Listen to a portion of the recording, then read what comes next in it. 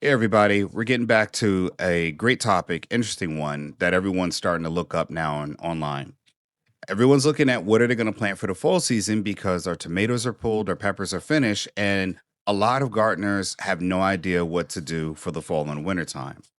And their beds mostly sit empty, exposed to rain, wind, and cold. And every time it rains, well, some of your nutrients get washed away, the good stuff. Every time the wind blows, a little bit of that top layer goes down. So next year, you're always looking at adding more fertilizer, more soil, anything else to do with it. And it's going to cost you money. Well, we're going to talk about a better answer. It's been used by farmers for thousands of years, and it may just increase your gardening yield in the years to come. And they never had to sell or use a bag of fertilizer. And the answer is cover crops. Now, if you never planted one, this fall is a great time to start. And I'm glad Philip Davis and Ancestry Lands, are going to be bringing you this information. You're going to learn a little bit. You're going to definitely be excited with the information you're getting. And we're going to do it before our first frost. All right. We're going to talk about which one to plant because it sounds more complicated than it is. But once you understand it, which we're giving you education for, you'll never want to leave your soil bare again.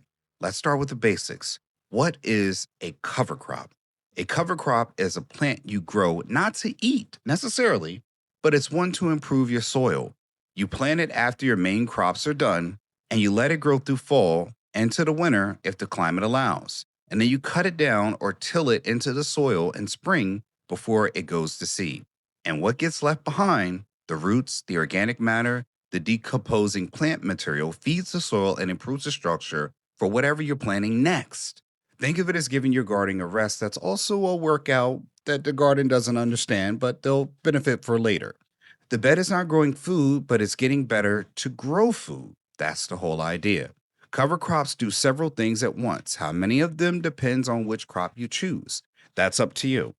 They prevent erosion by holding onto the soil in place. Now, that's if you have large parts of land. If you're growing bags or containers, that's going to be different. And it depends on which crop you choose. Like we said, they suppress weeds by covering the ground and blocking light from reaching weed seeds. They improve soil structure by loosening compacted soil with the root system, and certain cover crops do it better than others. The ones we're going to get into today, they actually add nitrogen back to the soil. The last one is worth slowing down on, though. Nitrogen is one of those main three ingredients plants need to grow. It's what makes the leaves green and grow fast. And when you grow a heavy feeding crop like corn, tomatoes, or leafy greens in a bed for a full season, that crop pulls out a significant amount of nitrogen out of the soil. If you put the same heavy feeder back in that bed next year without replacing what's been taken, your plants are going to struggle. That means that you'll have to buy more fertilizer to add it back in and a whole bunch of other nutrients and supplements which cost you money, and synthetic fertilizers have their own effects on soil biology over time. I bet you didn't know that. The natural solution, one of them, is legumes, which are a plant family that includes beans, clover, peas, and a few others. What makes them special for gardeners is that they have a relationship with certain soil bacteria that allows them to take nitrogen directly out of the air. Yep, the air you're breathing, where there's an unlimited supply, and convert it into a form that the plants can use. This process is called nitrogen fixation, which is a fancy phrase for a plant making its own fertilizer and sharing it with your soil. When you plant a legume cover crop in the fall and till it into the soil in the spring, all that captured nitrogen gets released as the plant matter breaks down. The bed, which has been depleted in the summer, again, because you've been pulling nutrients out from that, harvest that you're getting, is naturally replenished by the time you plant it again. No bag of fertilizer required. Now, let's talk about which cover crops to actually plant because the best choice for a home garden starting out is probably the crimson clover and winter remix. These two plants work well together and are widely available at garden centers and online. We actually will have some links in our description section to Amazon as I am an affiliate where you can buy that stuff. They're hardy enough to handle most fall and winter conditions across a range of climates. Crimson clover is a nitrogen fixer. It establishes quickly and produces beautiful red flowers in spring before you till it in, and does exactly an excellent job in improving soil fertility. Winter right is an erosion controller and has an aggressive root system that holds soil in place through the winter and suppress weeds heavily. Together, they cover your soil, feed it, and protect it. And if you're in a warmer climate, zones 8 through 10, go back to my other video about climate zones. You have more options in a longer planting window. Austrian winter peas are excellent choice too. Buckwheat works well for a fast full crop in milder areas. Hairy vet is a heavy nitrogen fix that works in most zones and excellent before corn and tomato planting in spring. If you're in colder climates, zones 4 through 6, focus on cold, hardy varieties. You might have other ones that work, that's fine. Cereal rye, which is different from winter rye, is one of the hardiest cover crops available and will survive hard freezes that kill other options. Winter wheat is another reliable cold climate choice. For all these, you want to plant them at least 4 to 6 weeks before your first expected frost date in the fall. That gives you time to establish in before the cold sets in. If you're not sure when your first frost date is, a quick search in your zip code plus a frost date will give you information that you need. Again, we're talking about the fall. Now let's talk about how to actually plant them because it's simpler than you might expect. Step 1, you clear your bed.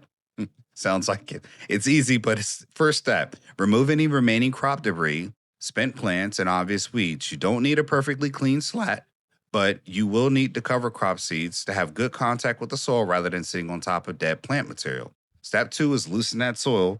The top 2 to 3 inches is what's needed with maybe a rake or hand cultivator.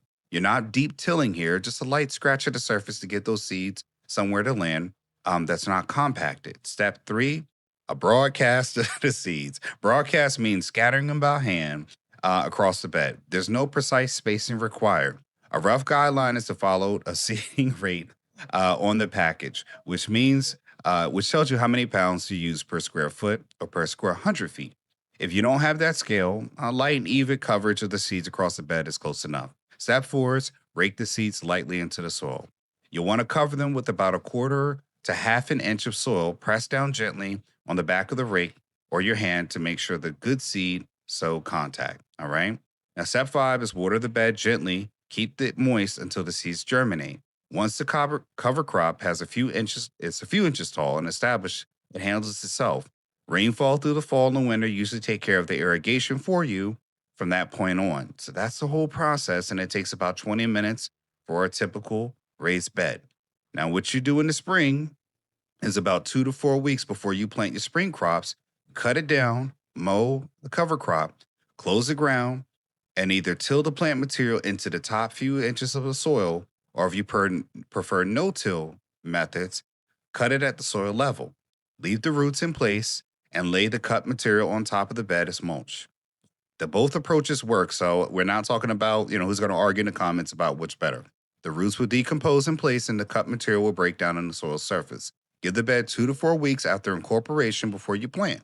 Decomposing plant material needs little time to break down fully because it doesn't compete with your new plants for nitrogen during that initial decomposing phase. After that, you plant in some of the most improved soil for your garden and you've ever had. Better structure, better fertility, better moisture retention, fewer weeds than if you left it bare all winter. Every bag of fertilizer you don't have to buy is money that stays in your pocket.